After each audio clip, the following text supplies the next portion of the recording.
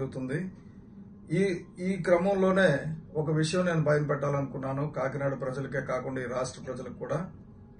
ద్వారంపూడి చంద్రశేఖర్ రెడ్డి అన్నతను ఒక దళిత మహిళతో అక్రమ సంబంధంలో ఉన్నారు.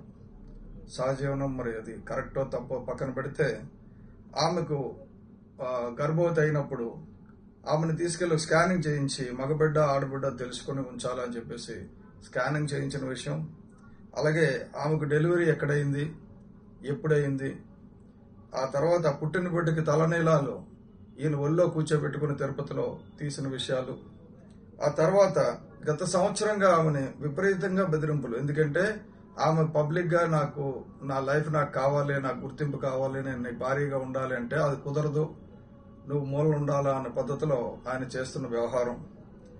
ఇంటి బయట 28 కెమెరాలు పెట్టి ఆమెను ఇంటిలోంచి బయటకు రానివ్వకుండా గృహ నిర్బంధం చేయడం, అలాగే కారులోని డివైసులు పెట్టి ఆవిడ ఎక్కడికి వెళ్తుందో ట్రాక్ చేయడం, ఆవిడ ఎట్టి పరిస్థితుల్లో ఎవరికి ఈ విషయాన్ని చెప్పకుండా ఉండేటట్టు చేయడానికి ఆయన చేస్తున్న ప్రయత్నాలు తెలుసు. ఒక మహిళ తన హక్కు గురించి, తన బిడ్డ భవిష్యత్తు గురించి బాధపడుతుంది కాబట్టి ఇది నేను పొలిటికల్ గా తీసుకోలేదు. ఇది ఆ మహిళ తరపునే నేను జనసేన పార్టీ ఆమెకు అండగా ఉంటుంది. నేను మీడియా ద్వారా చెప్పడం జరుగుతుంది. జనసేన పార్టీ ఏ మహిళకైనా అన్యాయం జరిగితే తప్పకుండా అండగా ఉంటామమ్మా. ఇలా దౌర్జన్యం చేసి బెదిరించి చేస్తే నీకు చట్టం నీ పోలీసు దగ్గరికి వెళ్తే న్యాయం జరగాలి. అందుకే పోలీసు దగ్గరికి వెళ్లాలన్న ఉద్దేశంతో